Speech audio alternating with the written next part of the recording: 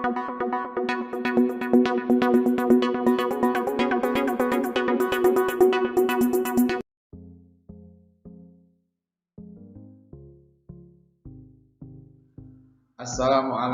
warahmatullahi wabarakatuh. Selamat pagi anak-anakku sekalian.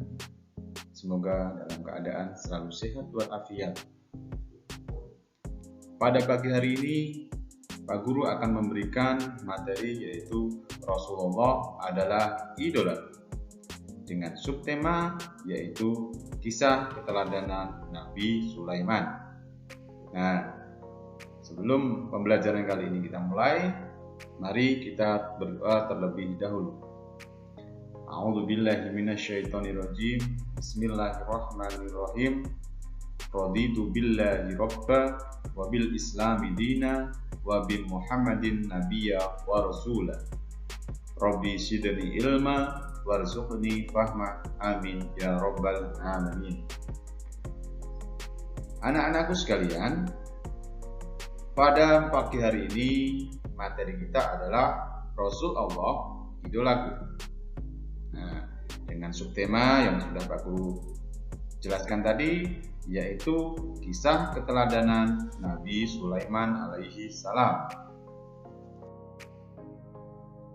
Anak-anakku sekalian, Nabi Sulaiman alaihi salam adalah putra dari Nabi Daud alaihi salam yang sudah Pak Guru jelaskan minggu kemarin ya.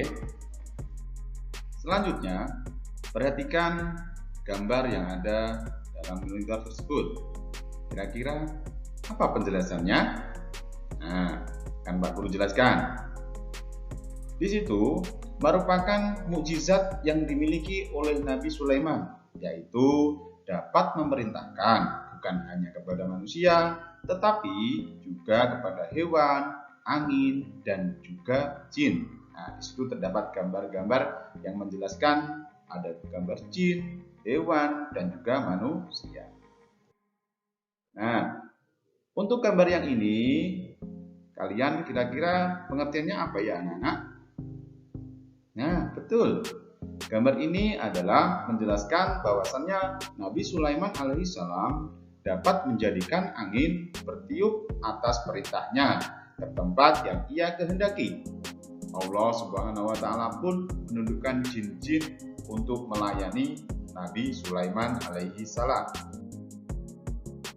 Nah, untuk gambar yang ini, jin-jin tersebut bertugas untuk membangun istana dan benteng-benteng yang ada di dalam istana ataupun juga di luar istana. Ada juga jin-jin tersebut bertugas untuk menyelam di laut untuk mengeluarkan mutiara dan batu-batu mulia. Allah Subhanahu wa Ta'ala memberikan kekuasaan pada Nabi Sulaiman alaihissalam atas setan-setan kafir, sehingga ia mampu mengikat mereka untuk mencegah melakukan kejahatan.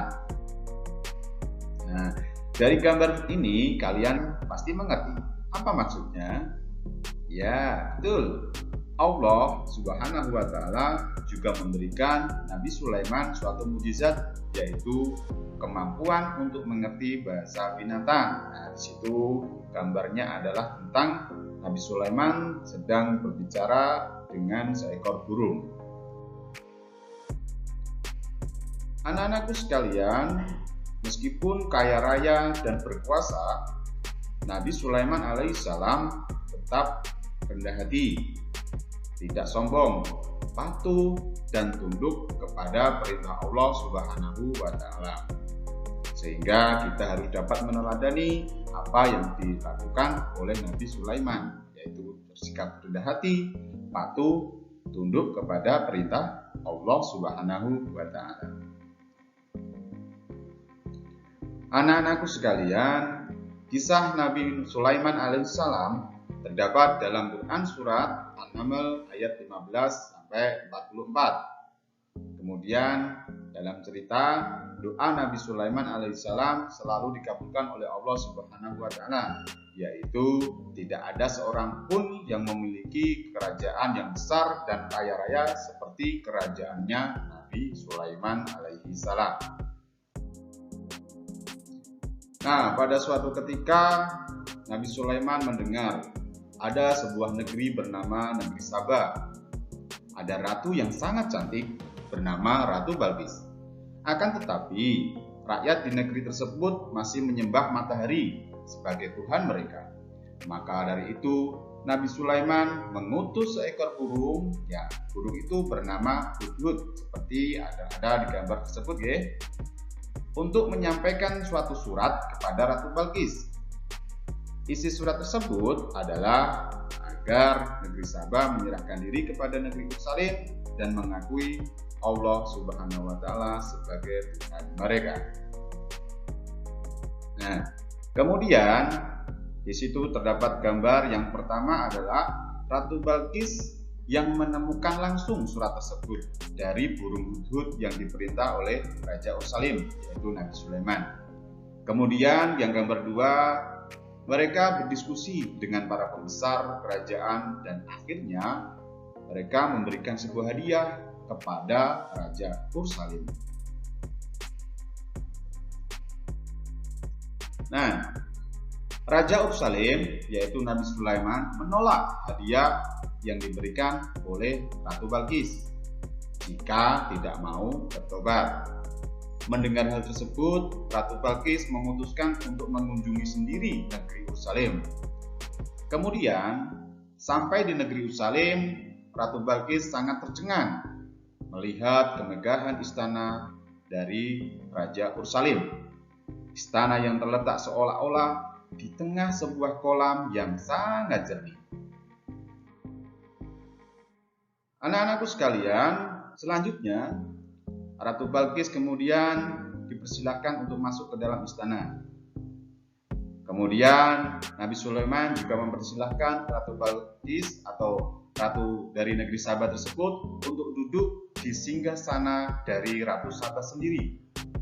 Maka dari itu Ratu Balqis sangat terkejut melihat singgasananya yang seharusnya ada di negerinya ternyata ada di negeri Ursalim yang sekarang ini didudukinya oleh dirinya sendiri. Nah, ratu tersebut terkagum-kagum melihat semua peristiwa ini, sehingga pada akhirnya Ratu Balqis menyatakan keimanan kepada Allah Subhanahu wa Ta'ala karena menyadari bahwasanya Nabi Sulaiman seperti itu pasti ada yang membuat Nabi Sulaiman menjadi sangat hebat sekali seperti itu.